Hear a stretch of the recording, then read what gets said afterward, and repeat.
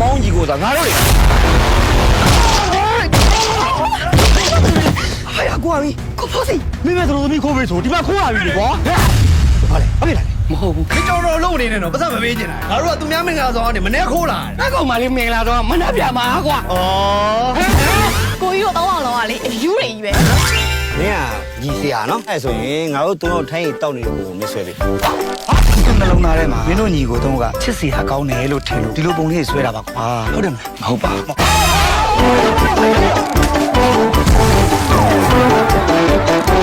ညမကြီးဆွဲတဲ့ကောင်ဆိုတော့မကြီးကောင်ပေါ့မကြီးကောင်လို့တော့မခေါ်ပါနဲ့ဗျာကျွန်တော်အသေးရအောင်လို့ပါနော်ကြောင်ကြီးလို့ခေါ်တာအဲ့တုံးကောင်ကနင်းကိုကြိုက်နေတာတဲ့ဟာကိုကြီးကလည်းဘာပြောမှမသိဘူး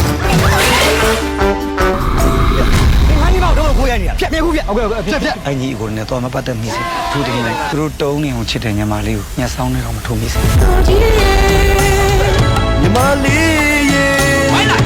ကိုကြီးကိုကြီးတုံးလေးကတော့ပထမအဆုံးကျွန်တော်စတွေ့ခဲ့တဲ့ပုံလေးပေါ့အဲ့ဒီကကျွန်တော်ရှင်ခွင်တစ်ခုလုံးကိုတုံးသိမ့်ပိတ်သွားခဲ့တဲ့နေ့ပေါ့တုံးနာကိုကျွန်တော်လာခွင့်ပြုပါနော်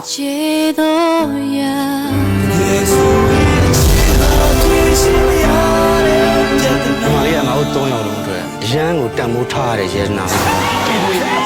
ကျုပ်တို့ရဲ့ဘဝငါတို့ညီမလေးပုံမဲ့ဈေးအောင်ချဲရသေးရလေဘေးကငါတို့ပုံနဲ့ပြီးမှမပြီးဘူးကျွန်တော်ရှင်လေးကိုရောက်လာတဲ့ပုံရိပ်တစ်ခုလေးကိုပဲဈေးအောင်ချဲပြီးတော့လို့ပါ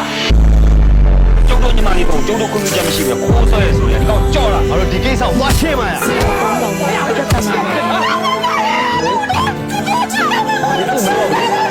ီမလေးမင်းတို့ညီမလေးကိုလင်ကောင်းသားကောင်းရအောင်ရှာပြီးပေးစားကြလို့ကျုပ်တို့ညီမခမ ्या ပြောသလိုကြွားမလားဟာစေတနာနဲ့ပြောနေတာသိတယ်ခင်ဗျားကိုစကားလူလိုပြောနေတာနော်ဟုတ်ပါကဲလက်ထပ်ဖို့စဉ်းစားရတာများရှိနေပြီလားကိုမင်္ဂလာဆောင်မှာကြောက်တယ်ရှောက်ပါမယ်ရှင်မရှောက်ပါဒီကောင်လေးဖြစ်ပြီးဘာလို့ကတတ်ကြောင်မင်းကြောင်ကွာဒီကောင်လေးချစ်ပုံများတော့ကြောက်စရာကောင်းတာ